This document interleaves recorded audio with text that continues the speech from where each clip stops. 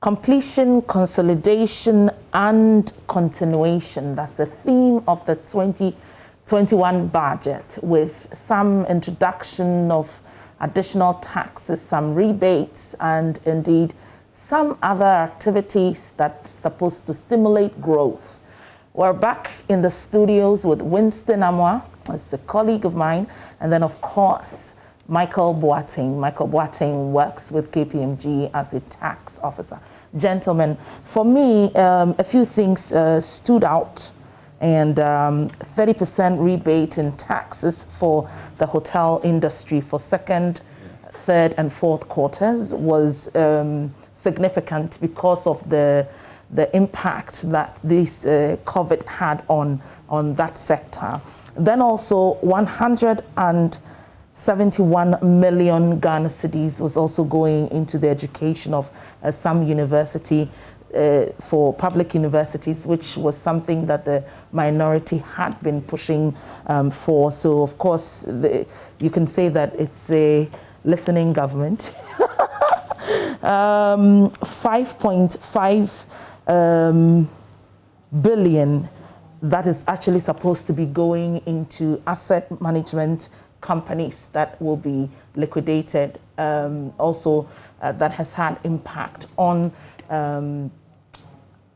various families that invested in this particular firms will also be dealt with. For me, those were some of my take-homes. I'm not sure about you. What's yours? Winston, what's yours as well? Yes, and I think your summary actually gives a true picture of in totality of what this budget is trying to achieve. That's consolidating, especially the financial gains over the years, trying to make sure that there's stability in terms of the fiscal issues and all those things. And it's quite interesting that from morning we're talking about how to make sure that deficit issues and all those things. So then the question is, what taxes do we need to raise? You could see that is specific taxes that has been looked at, and they are very targeted. You could see the COVID-19 health, tax. You're looking at sanitation, which are very selected and targeted.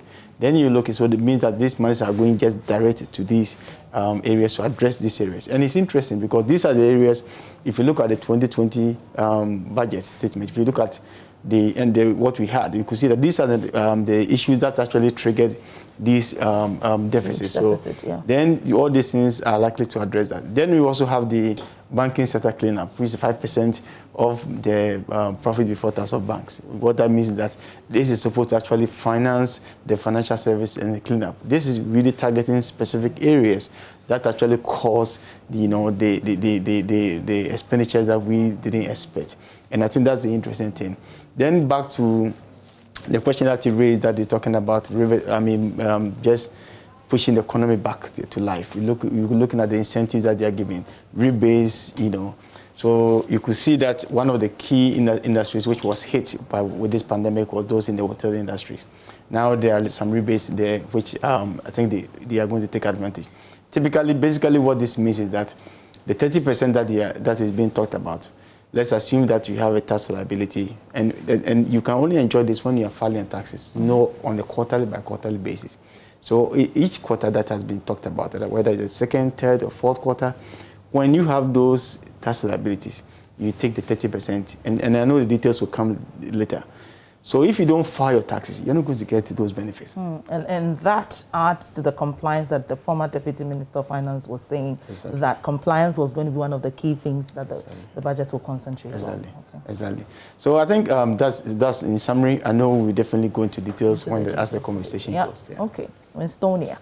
Well, so I'd been pushing for a review of road tolls this morning, so I'm not going to talk much about that. I think that for you got what you want.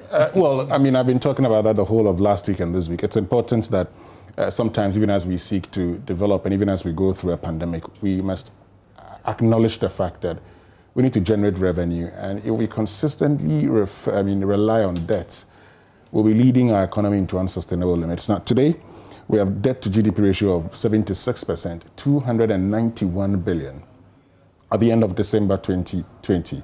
Mind you, at the end of December 2016, our debt was 122 billion Ghana cedis. So if you just do the addition, we're looking at an increase of 170 billion over the period.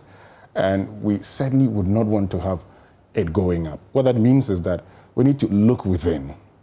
But even as we I look hear the within, information minister is ready for us. Okay. We'll come back. Sure. And then, yeah. It says is that, well, you could go out there, set up a company, let it go bad or let it go bust.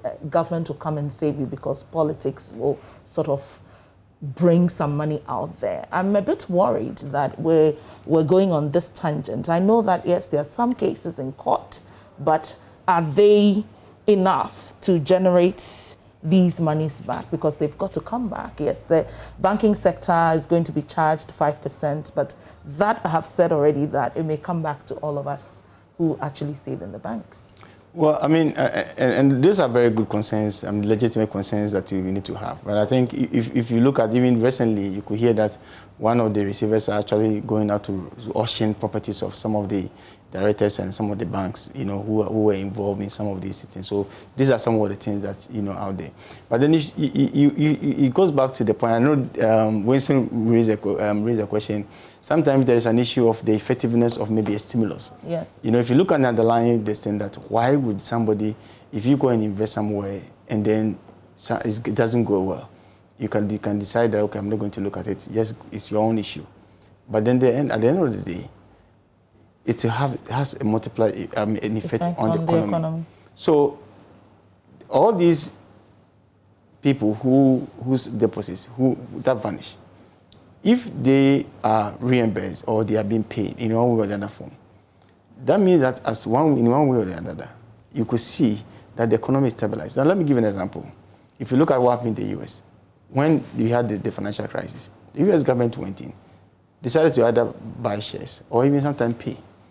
They had all this trouble assets, a lot of programs that they did. And the whole point was, let's keep the people's spending process going. Yeah. And sometimes it's very... It stimulates the economy. It's a very debatable point. Yes. But I don't have the answer to that on all those things. But I think these are some of the key legitimate issues that become... Gentlemen, you have to conclude. Winston, conclude, and then I take some social media comments. The point is that for many financial institutions, if 40 to 50% of persons who have savings there or cash there move in a week and say, give us our monies, they would crash. Yeah. The truth is, the handling of the financial sector cleanup itself led to the deterioration of the problem. We don't have time. If we had time, what I would do is to prove that because we did not handle the financial sector cleanup properly, that is where we find ourselves where we are. But I do not think that, when it comes to depositors, fine. I mean, those who have savings accounts and current accounts, they need their monies.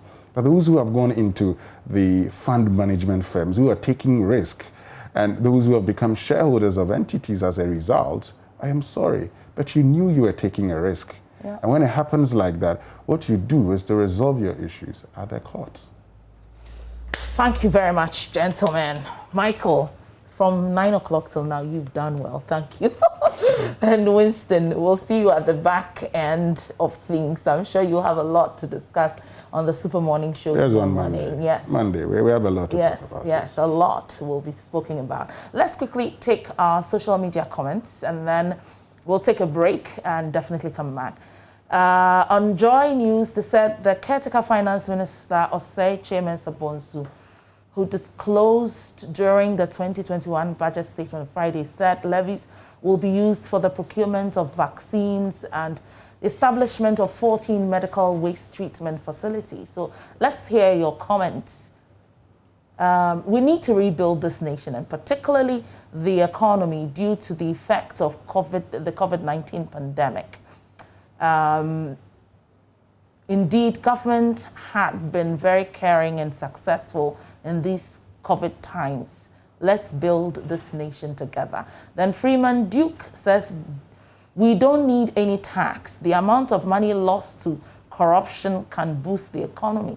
Why increase the hardship of the poor citizens? So Abubakar Adam, Nana led a demonstration against that. So what are you trying to do? Okay. I said it. when the health minister said it was getting expensive to procure the vaccines, I said soon we'll be paying, and that's coming from Jemima J.